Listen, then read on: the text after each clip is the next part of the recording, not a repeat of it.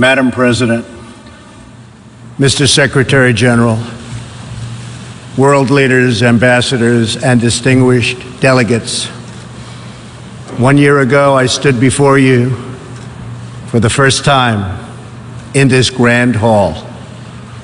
I addressed the threats facing our world, and I presented a vision to achieve a brighter future for all of humanity. Today I stand before the United Nations General Assembly to share the extraordinary progress we've made. In less than 2 years, my administration has accomplished more than almost any administration in the history of our country. America's so true.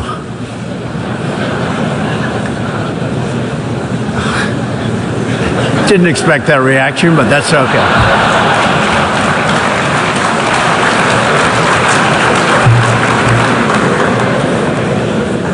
America's economy is booming like never before. Since my election, we've added $10 trillion in wealth. The stock market is at an all-time high in history, and jobless claims are at a 50-year low. African American, Hispanic American, and Asian American unemployment have all achieved their lowest levels ever recorded. We've added more than 4 million new jobs, including 500,000 manufacturing jobs. We have passed the biggest tax cuts and reforms in American history. We've started the construction of a major border wall, and we have greatly strengthened border security. We have secured record funding for our military, $700 billion this year and $716 billion next year. Our military will soon be more powerful than it has ever been before. In other words, the United States is stronger, safer, and a richer country than it was when I assumed office less than 2 years ago. We are standing up for America and for the American people, and we are also standing up for the world. This is great news for our citizens and for peace-loving people everywhere. We believe that when nations respect the rights of their neighbors and defend the interests of their people, they can better work together to secure the blessings of safety, prosperity, and peace.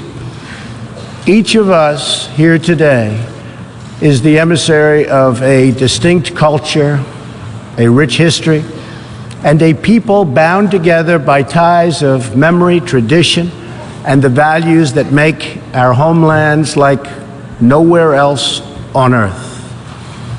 That is why America will always choose independence and cooperation over global governance, control, and domination. I honor the right of every nation in this room to pursue its own customs, beliefs, and traditions. The United States will not tell you how to live or work or worship. We only ask that you honor our sovereignty in return. From Warsaw to Brussels to Tokyo to Singapore, it has been my highest honor to represent the United States abroad. I have forged close relationships and friendships and strong partnerships with the leaders of many nations in this room, and our approach has always yielded incredible change.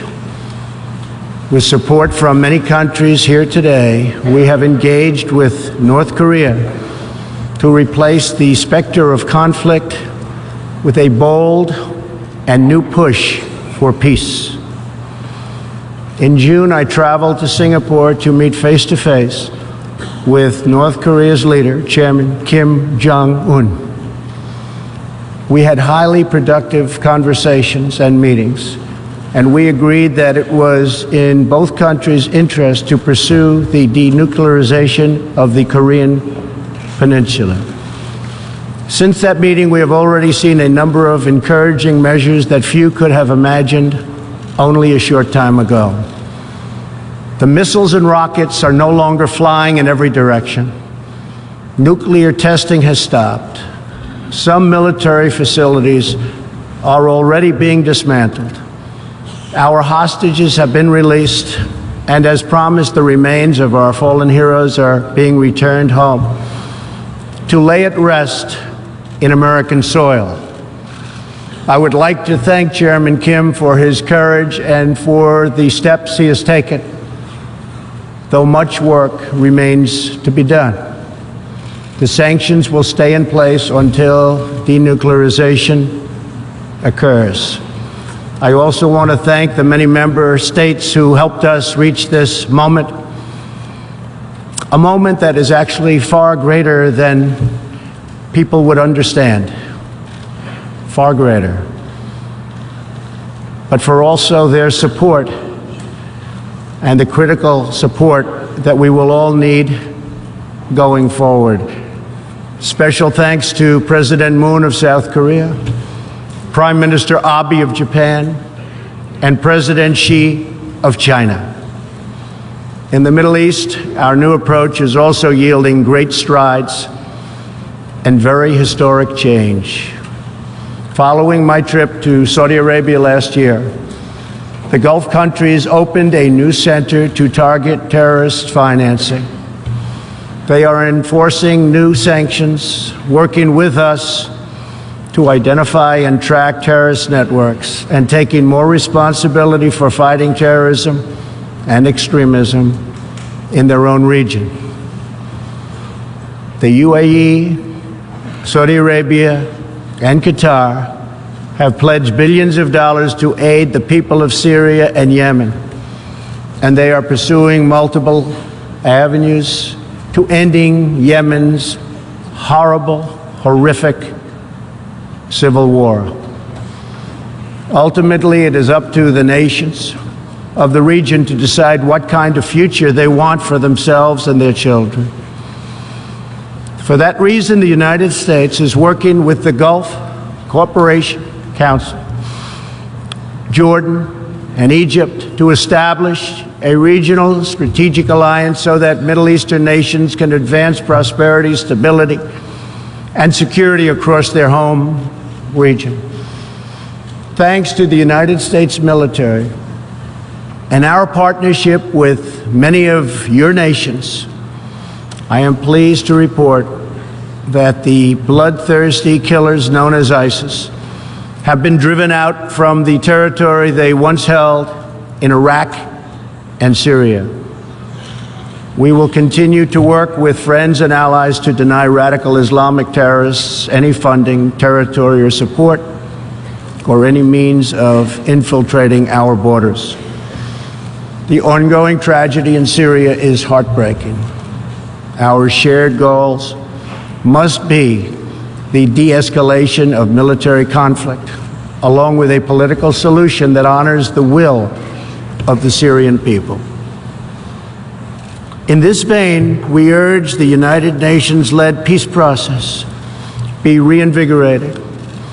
But rest assured, the United States will respond if chemical weapons are deployed by the Assad regime. I commend the people of Jordan and other neighboring countries for hosting refugees from this very brutal civil war. As we see in Jordan, the most compassionate policy is to place refugees as close to their homes as possible, to ease their eventual return to be part of the rebuilding process.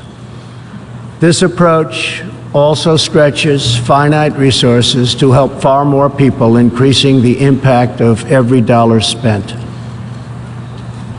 Every solution to the humanitarian crisis in Syria must also include a strategy to address the brutal regime that has fueled and financed it, the corrupt dictatorship in Iran.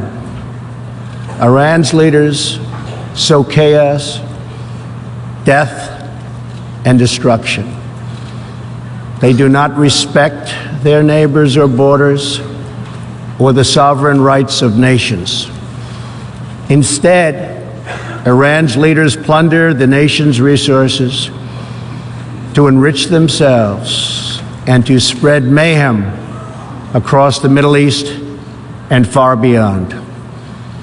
The Iranian people are rightly outraged that their leaders have embezzled billions of dollars from Iran's treasury,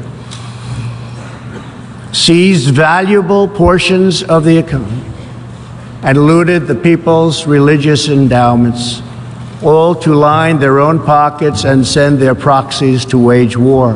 Not good. Iran's neighbors have paid a heavy toll for the region's agenda of aggression and expansion.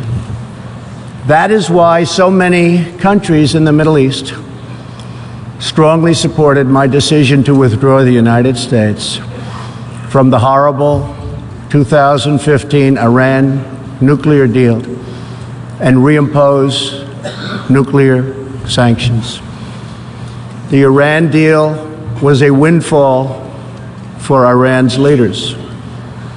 In the years since the deal was reached, Iran's military budget grew nearly 40%. The dictatorship used the funds to build nuclear-capable missiles, increase internal repression, finance terrorism, and fund havoc and slaughter in Syria and Yemen. The United States has launched a campaign of economic pressure to deny the regime the funds it needs to advance its bloody agenda. Last month, we began reimposing hard-hitting nuclear sanctions that have been lifted under the Iran deal. Additional sanctions will resume November 5th, and more will follow. And we are working with countries that import Iranian crude oil to cut their purchases substantially. We cannot allow the world's leading sponsor of terrorism to possess the planet's most dangerous weapons. We cannot allow a regime that chants death to America and that threatens Israel with annihilation to possess the means to deliver a nuclear warhead to any city on earth. Just can't do it. We ask all nations to isolate Iran's regime as long as its aggression continues. And we ask all nations to support Iran's people as they struggle to reclaim their religious and righteous destiny. This year, we also took another significant step forward in the Middle East in recognition of every sovereign state to determine its own capital. I moved the U.S. Embassy in Israel to Jerusalem. The United States is committed to a future of peace and stability in the region, including peace between the Israelis and the Palestinians. That aim is advanced, not harmed, by acknowledging the obvious facts. America's policy of principled realism means we will not be held hostage to old dogmas, discredited ideologies, and so-called experts who have been proven wrong over the years, time and time again. This is true not only in matters of peace, but in matters of prosperity. We believe that trade must be fair and reciprocal. The United States will not be taken advantage of any longer. For decades, the United States opened its economy, the largest by far on earth, with few conditions. We allowed foreign goods from all over the world to flow freely across our borders. Yet, other countries did not grant us fair and reciprocal access to their markets in return. Even worse, some countries abused their openness to dump their products, subsidize their goods, target our industries, and manipulate their currencies to gain unfair advantage over our country. As a result, our trade deficit ballooned to nearly $800 billion a year. For this reason, we are systematically renegotiating broken and bad trade deals.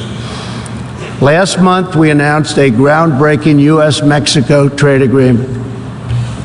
And just yesterday, I stood with President Moon to announce the successful completion of the brand new U.S.-Korea trade deal.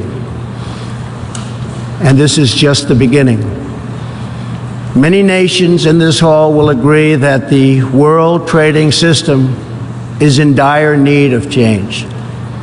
For example, countries were admitted to the World Trade Organization that violate every single principle on which the organization is based. While the United States and many other nations play by the rules, these countries use government-run industrial planning and state-owned enterprises to rig the system in their favor.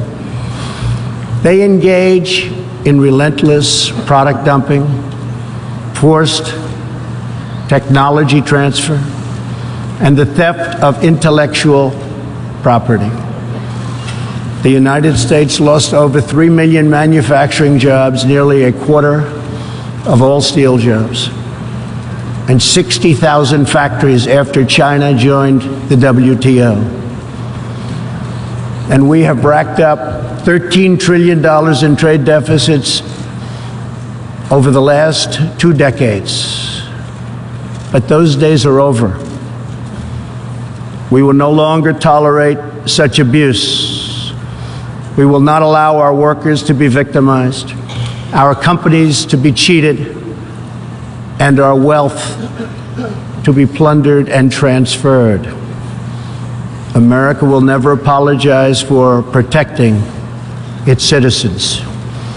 The United States has just announced tariffs on another $200 billion in Chinese-made goods, for a total so far of $250 billion. I have great respect and affection for my friend, President Xi, but I have made clear our trade imbalance is just not acceptable.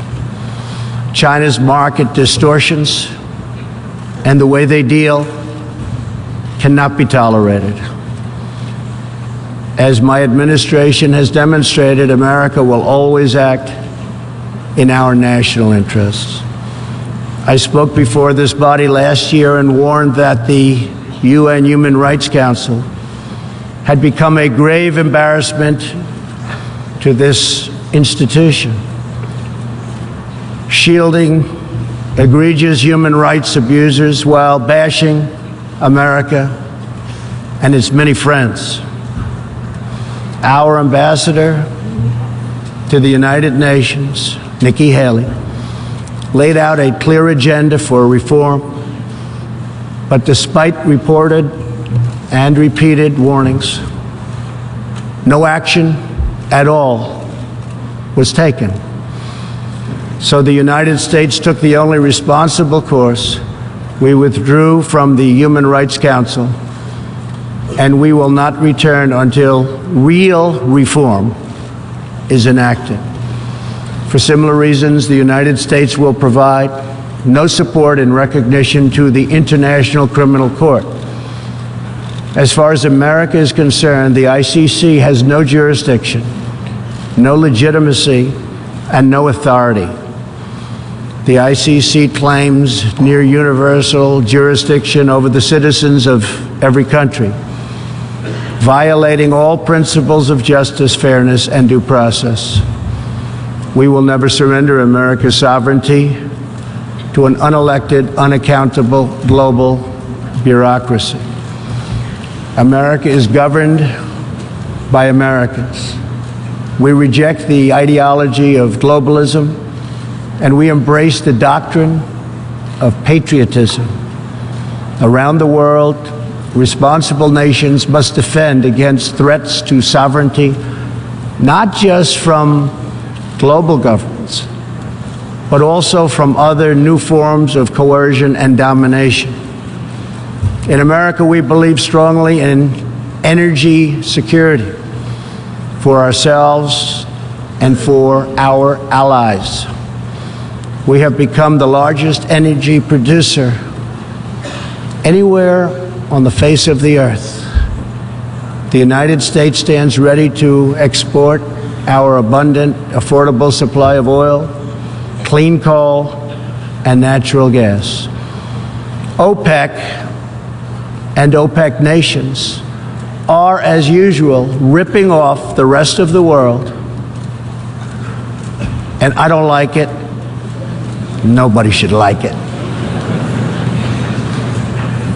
We defend many of these nations for nothing, and then they take advantage of us by giving us high oil prices. Not good. We want them to stop raising prices.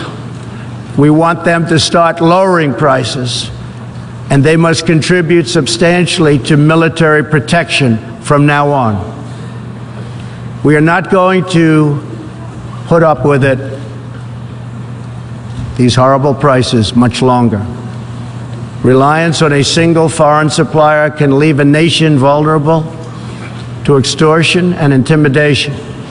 That is why we congratulate European states such as Poland for leading the construction of a Baltic pipeline so that nations are not dependent on Russia to meet their energy needs. Germany will become totally dependent on Russian energy if it does not immediately change course. Here in the Western Hemisphere, we are committed to maintaining our independence from the encroachment of expansionist foreign powers. It has been the formal policy of our country since President Monroe that we reject the interference of foreign nations in this hemisphere and in our own affairs. The United States has recently strengthened our laws to better screen foreign investments in our country for national security threats. And we welcome cooperation with countries in this region and around the world that wish to do the same. You need to do it for your own protection. The United States is also working with partners in Latin America to confront threats to sovereignty from uncontrolled migration. Tolerance for human struggling and human smuggling and trafficking is not humane. It's a horrible thing that's going on at levels that nobody has ever seen before. It's very, very cruel. Illegal immigration funds criminal networks, ruthless gangs, and the flow of deadly drugs. Illegal immigration exploits vulnerable populations, hurts hardworking citizens, and has produced a vicious cycle of crime, violence, and poverty. Only by upholding national borders, destroying criminal gangs, can we break this cycle and establish a real foundation for prosperity. We recognize the right of every nation in this room to set its own immigration policy in accordance with its national interests, just as we ask other countries to respect our own right to do the same, which we are doing. That is one reason the United States will not participate in the new Global Compact on Migration. Migration should not be governed by an international body unaccountable to our own citizens.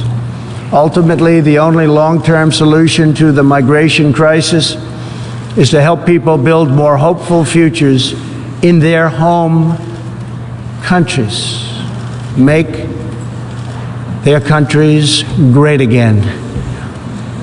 Currently, we are witnessing a human tragedy as an example, in Venezuela. More than 2 million people have fled the anguish inflicted by the socialist Maduro regime and its Cuban sponsors.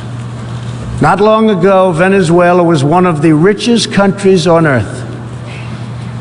Today, socialism has bankrupted the oil-rich nation and driven its people into abject poverty. Virtually everywhere socialism or communism has been tried, it has produced suffering, corruption, and decay. Socialism's thirst for power leads to expansion, incursion, and oppression. All nations of the world should resist socialism and the misery that it brings to everyone. In that spirit, we ask the nations gathered here to join us in calling for the restoration of democracy in Venezuela. Today we are announcing additional sanctions against the repressive regime, targeting Maduro's inner circle and close advisors. We are grateful for all of the work the United Nations does around the world to help people build better lives for themselves and their families. The United States is the world's largest giver in the world by far of foreign aid, but few give anything to us. That is why we are taking a hard look at U.S. foreign assistance. That will be headed up by Secretary of State Mike Pompeo. We will examine what is working, what is not working, and whether the countries who receive our dollars and our protection also have our interests at heart. Moving forward, we are only going to give foreign aid to those who respect us and, frankly, are our friends. And we expect other countries to pay their fair share for the cost of their defense. The United States is committed to making the United Nations more effective and accountable. I have said many times that the United Nations has unlimited potential. As part of our reform effort, I have told our negotiators that the United States will not pay more than 25% of the UN peacekeeping budget. This will encourage other countries to step up, get involved, and also share in this very large burden. And we are working to shift more of our funding from assessed contributions to voluntary, so that we can target American resources to the programs with the best record of success. Only when each of us does our part and contributes our share can we realize the UN's highest aspirations. We must pursue peace without fear, hope without despair, and security without apology. Looking around this hall, where so much history has transpired, we think of the many before us who have come here to address the challenges of their nations and of their times. And our thoughts turn to the same question that ran through all their speeches and resolutions, through every word and every hope. It is the question of what kind of world will we leave for our children, and what kind of nations they will inherit. The dreams that fill this hall today are as diverse as the people who have stood at this podium, and as varied as the countries represented right here in this body are. It really is something. It really is great, great history. There is India, a free society, over 1 billion people, successfully lifting countless millions out of poverty and into the middle class. There is Saudi Arabia, where King Salman and the Crown Prince are pursuing bold new reforms. There is Israel, proudly celebrating its 70th anniversary as a thriving democracy in the Holy Land. In Poland, the great people are standing up for their independence, their security, and their sovereignty. Many countries are pursuing their own unique visions, building their own hopeful futures, and chasing their own wonderful dreams of destiny, of legacy, and of a home. The whole world is richer. Humanity is better because of this beautiful constellation of nations, each very special, each very unique, and each shining brightly in its part of the world. In each one, we see awesome promise of a people bound together by a shared past and working toward a common future. As for Americans, we know what kind of future we want for ourselves. We know what kind of a nation America must always be. In America, we believe in the majesty of freedom and the dignity of the individual. We believe in self-government and the rule of law. And we prize the culture that sustains our liberty, a culture built on strong families, deep faith, and fierce independence. We celebrate our heroes. We treasure our traditions. And above all, we love our country. Inside everyone in this great chamber today, and everyone listening all around the globe, there is the heart of a patriot that feels the same powerful love for your nation, the same intense loyalty to your homeland. The passion that burns in the hearts of patriots and the souls of nations has inspired reform and revolution, sacrifice and selflessness, scientific breakthroughs, and magnificent works of art. Our task is not to erase it, but to embrace it, to build with it, to draw on its ancient wisdom, and to find within it the will to make our nations greater, our region safer, and the world better. To unleash this incredible potential in our people, we must defend the foundations that make it all possible. Sovereign and independent nations are the only vehicle where freedom has ever survived, democracy has ever endured, where peace has ever prospered. And so we must protect our sovereignty and our cherished independence above all. When we do, we will find new avenues for cooperation unfolding before us. We will find new passion for peacemaking rising within us. We will find new purpose, new resolve, and new spirit flourishing all around us, and making this a more beautiful world in which to live. So together, let us choose a future of patriotism, prosperity, and pride. Let us choose peace and freedom over domination and defeat.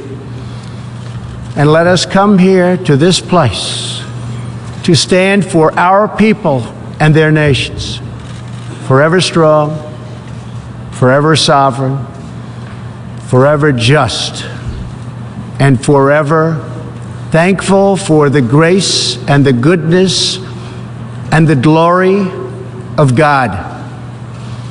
Thank you, God bless you, and God bless the nations of the world. Thank you very much. Thank you.